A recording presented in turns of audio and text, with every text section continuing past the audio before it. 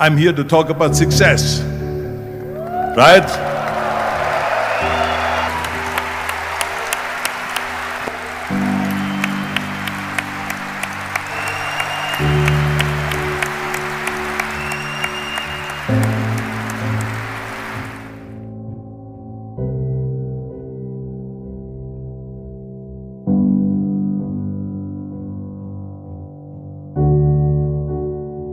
Now let me get right away to the first rule of success. The first rule of success is to have a vision.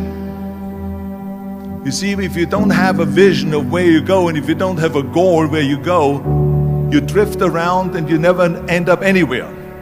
It's like you can have the best ship in the world, you can have the best airplane in the world. If the pilot or the captain doesn't know where to go, it would just drift around. It would not end up anywhere, or most likely in the wrong place. So I was very fortunate that I stumbled onto my vision. I mean, as you know, I was born in 1947 in Austria after the Second World War. And I didn't really like Austria when I grew up. I couldn't wait to get out of there. I couldn't see myself becoming a farmer or a worker in a factory or anything like that. Even though my parents wanted me to stay there and have a normal life. My father wanted me to become a police officer like he was. My mother wanted me just to stay there and marry a girl and have a bunch of kids.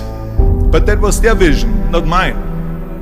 My vision was totally different. I felt that I was born for something special, for something unique, for something big. So I was searching. Then one day I went to school. I remember I was 11 years old, and they showed a documentary about America. And all of this stuff, and I said to myself, that's where I want to be. I don't want to be around here with these little farmhouses and these little buildings, and everything is old. I want to be in America. But now the question was just, how do you get to America? In those days, it was a very expensive trip. It's not like today. So again, I was very fortunate that one day after school, I walked by a store in Graz. And it was the only store that really sold kind of American stuff. So I went inside and I looked around and I looked at this stuff, and then I saw a magazine. I saw a bodybuilding magazine that had Reg Park on the cover. Reg Park was then a 3-time Mr. Universe. And I saw him on the big screen as Hercules. And on the cover it said, how Reg Park, Mr. Universe, became the Hercules star. So I looked at the cover and I said to myself, I got to get this magazine. So I bought the magazine, I took it home and I read it over and over from the front page to the back.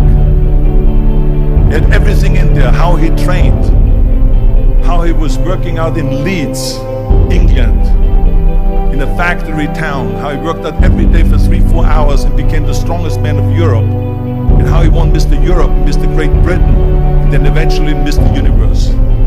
And how he won the second Mr. Universe and the third Mr. Universe, and how he was discovered to play the starring role in Hercules. I read that and I said to myself, wow, this is the blueprint for my life. This is exactly what I want to do. I want to become a bodybuilding champion just like Reg Park. I want to get into movies just like Reg Park. And I want to make millions of dollars and be rich and famous just like Reg Park. Do you know how great it felt that I knew where I was going? Imagine the majority of people don't know where they're going. I knew where I was going. So it was just a question of how do you do it? I was so relieved. Because when you have a goal, when you have a vision, everything becomes easy. So I knew where to go. So people always ask me, when they saw me in the gym in the pumping iron days, they said, why is it that you're working out so hard? 5 hours a day, 6 hours a day, and you have always a smile on your face. The others are working out just as hard as you do, and they look sour in the face. Why is that? And I told people all the time, I said, because to me, I'm shooting for a goal. In front of me is the Mr. Universe title. So every rep that I do gets me closer to accomplishing that goal, to make this goal, this vision turn into reality. With the age of 20, I went to London and I won the Mr. Universe contest as the youngest Mr. Universe ever. And it was because I had a goal. And this is no different than anything else, what I'm talking about. This is not just about bodybuilding. It was the same in acting. And the same thing is also in politics. I remember that in politics, I had a very clear vision that I will be the leader of California. That's as far as I could go because I was not born in America, so I could not run for president. So being the governor of the 5th largest state was for me really the ultimate title, the ultimate accomplishment in politics. So even though people came up to me and says, why don't you go and run for something smaller, you're never gonna make it. I ran for governor, and then 2 months later I became governor of the state of California. Again, because I had a very clear vision what I'm gonna do with California. So let me tell you something, visualizing your goal and going after it makes it fun. You got to have a purpose no matter what you do in life. You got to have a purpose. So that's rule number 1, have a vision.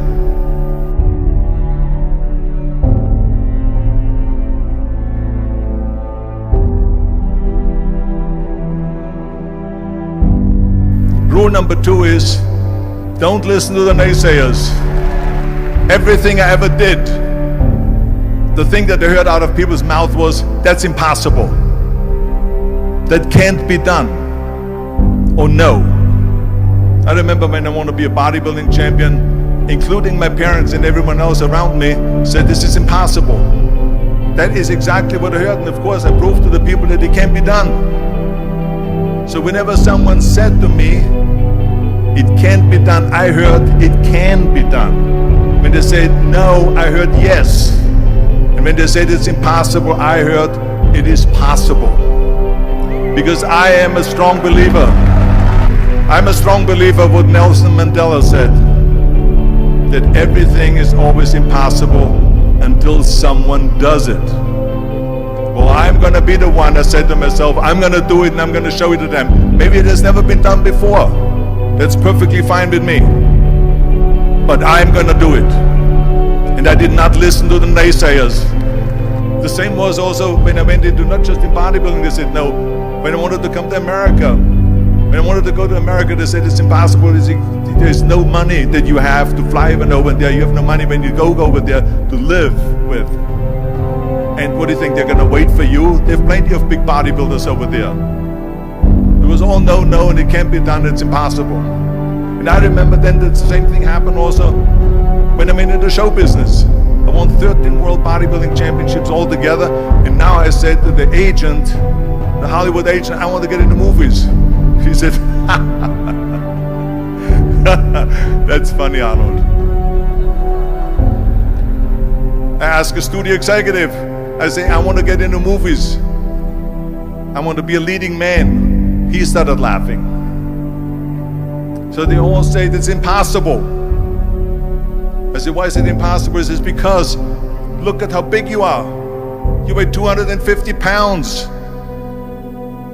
Hercules bodies and muscular bodies weighing 20 years ago. And then they told me, says, and your accent, even if you reduce all your body weight and everything and have a normal body, I said, your accent, I mean, it will go give people a goosebumps. With the German accent, it will get people the creeps. They will get scared.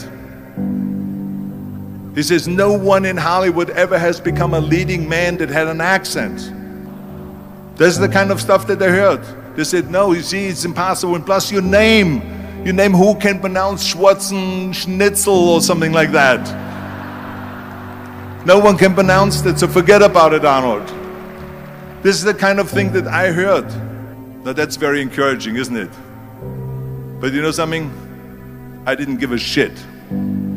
I said to myself, in bodybuilding I worked out 5-6 hours a day. I'm gonna do the same thing now for acting. And of course I went to college to study English, accent removal, acting classes, and all of this stuff, all day long. I worked and I worked and I worked. And within a short period of time, I made one movie called Hercules in New York, which of course went right into the toilet. But it didn't discourage me. I still had the same vision. And then all of a sudden, I was asked to star in Conan the Barbarian. And after I did Conan the Barbarian, the director at the press conference said to the press, he said to the press, if we wouldn't have had Arnold, we would have had to build one. And the same thing was with Terminator. After we were finished filming Terminator, Jim Cameron said to the press, if Arnold wouldn't have had that accent and talked like a machine, I think the movie wouldn't have worked. So think about that. The body and the accent that they attacked was an asset.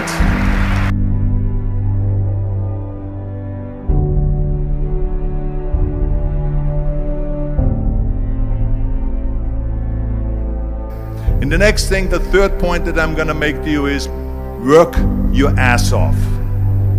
There is no magic pill. There is no magic out there. You cannot get around. You have to work and work and work. And it drives me crazy when people say they don't have enough time to go to the gym for 45 minutes a day and work out.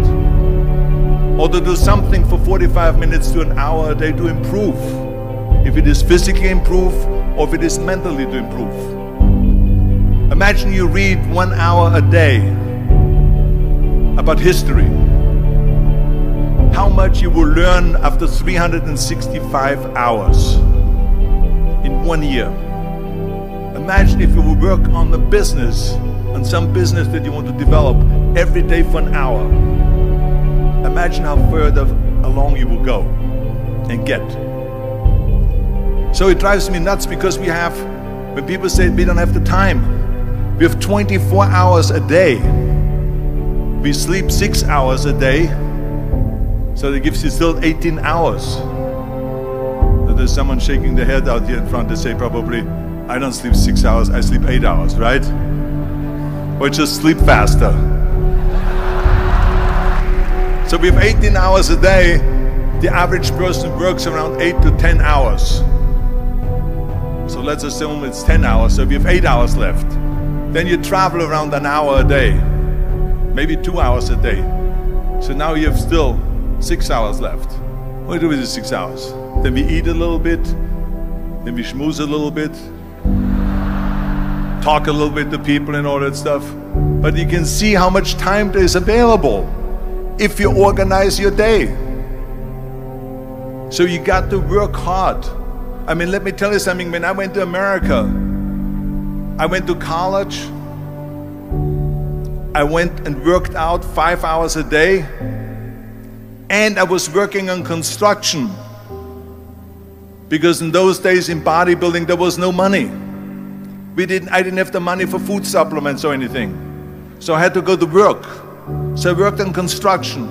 I went to college. I worked out in the gym, and at night from 8 o'clock at night to 12 midnight, I went to acting class 4 times a week.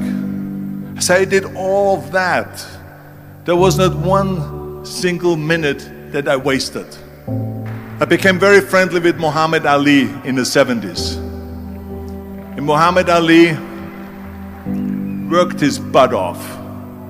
And I saw it firsthand. And I remember that there was a sports writer that was there in the gym when he was working out and he was doing sit-ups. And they asked him, how many sit-ups do you do? And he said, I don't start counting until it hurts. Now think about that. He doesn't start counting his sit-ups until he feels pain. That's when he starts counting. That is working hard. And so you can't get around the hard work. It doesn't matter who it is.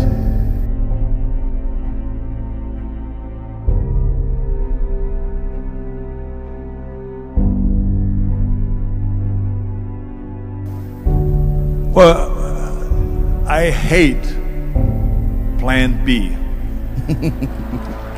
But when you start doubting yourself, that's very dangerous. Because now what you're basically saying is that if my plan doesn't work, I have a fallback plan, I have a plan B. And that means that you start thinking about plan B, and every thought that you put into plan B, you're taking away now that thought and that energy from plan A. And it's very important to understand that we function better if there is no safety net. I'm telling you, I've never ever had a plan B. I made a full commitment that I'm gonna go and be a bodybuilding champion. I made a full commitment that I'm gonna be in America. I made a full commitment that I'm gonna get into show business and I'm going to be a leading man. No matter what it takes, I will do the work. I will do the work over and over and over until I get it. And the reason, one of the main reasons why people want to have a plan B is because they are worried about failing. What is if I fail, then I don't have anything else? Well, let me tell you something, don't be afraid of failing, because there's nothing wrong with failing. You have to fail in order to climb that ladder. There's no one that doesn't fail. Michael Jordan said in one of his interviews, when they said, "You are unbelievable, you're the greatest basketball player of all times." I mean, tell me about that. And he says, well, you're just mentioning the successes. But he says, for me to become the greatest basketball player, I missed 9,000 shots when I was playing basketball at the NBA games. Does it make him a failure? No. He's one of the greatest basketball players of all times, but he failed 9,000 times. Do you get it? We all fail. It's okay. What is not okay is that when you fail, you stay down. Whoever stays down is a loser. And winners will fail and get up. Fail and get up. Fail and get up. You always get up. That is a winner. That is a winner.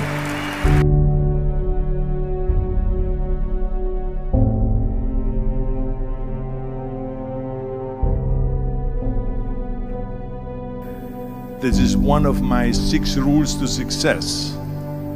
You can only feel complete as a person if you think about what can you do for your fellow member around you that maybe needs help.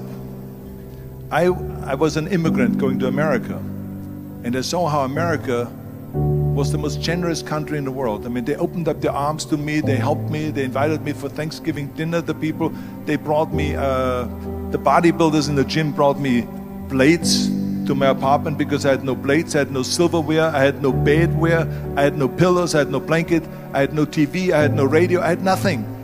They brought it to my apartment. And I said to myself, as an immigrant that is being embraced with open arms, that I need to go and make sure that I give something back. And this is when I started feeling obligated, and I said to myself, so what can I do? I'm a bodybuilder, what can I do? Well, then I realized, when I saw Special Olympics, that I can help and train Special Olympians. And so we started getting involved in Special Olympics, and in no time, I proposed to them to start powerlifting in Special Olympics. And it became the #1 sports in Special Olympics, powerlifting. They always have a packed hall of 5,000 people. And I became the national trainer and the international trainer of Special Olympics. And I tell you, I felt so good. I felt better than winning a bodybuilding competition, going to one of their competitions and seeing 100 of those athletes from all over the world competing in powerlifting and being happy, and being included, and being felt that they're equal to all of us. It was the most unbelievable feeling, and this is why I got so excited about it, that then after that, I started, going around to military bases in America and training our military personnel. Because in those days, bodybuilding and weight training wasn't popular. Now it is. Now when you go to Iraq, to Baghdad or somewhere like that, you see the American soldiers train. They have the biggest facilities. It's like this dome here. This is how big the training facilities are now. So I went from military base to train the soldiers, and the sailors, the airmen, and all of them. The more I got into that, the more I realized how good it feels to give something back. And that's when my idea came about after-school programs, because after school, when I traveled to all the schools to train students, I saw there was a huge gathering of students after the school was over outside the school.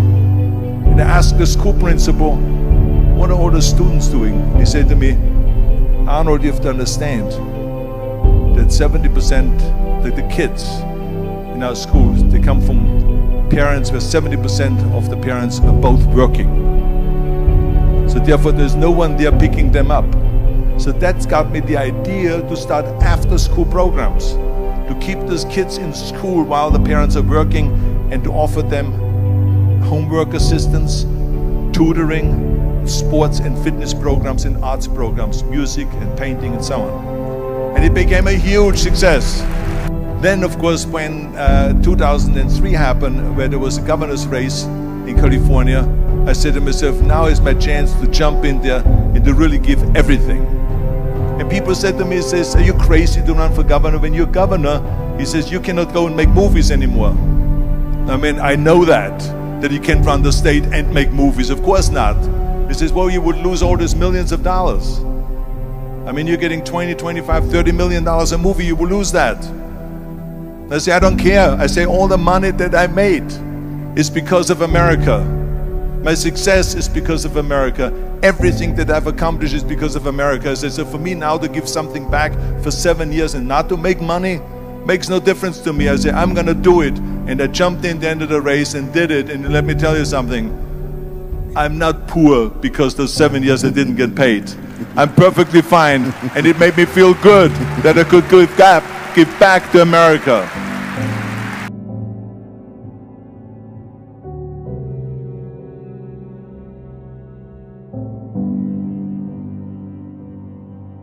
Well, I think that every day we are benefiting from someone helping us. That's why I said earlier, there's no such thing as a self-made man. I mean, when you think about it, you're born and you need your parents to raise you. You need your teachers to teach you. You need your coaches to do sports. And so when I think about back of the people that helped me, I remember that everything I did always needed help. Think about it when someone says, Arnold, you're the greatest self-made man.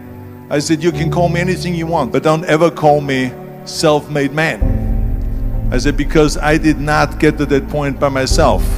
I mean, think about just to be successful in the movies. The only one that makes you successful in the movie is the people that go to see the movie. So how can you say to your self-made man when you need millions and millions and millions of people all over the world to go and see your movie? So people, then the press looks at it and says, this guy is a big box office success. It's the people, it's you. Imagine if Jürgen and I both think that we're self-made people and this hall right now is empty. No one here. Do you think this will be a successful conference? No. Who makes it successful is not him and me. We are just one little molecule that is added to the equation. But you are the ones that make this conference a successful conference. So thank you all of you for being here today. You are the ones that is making it big.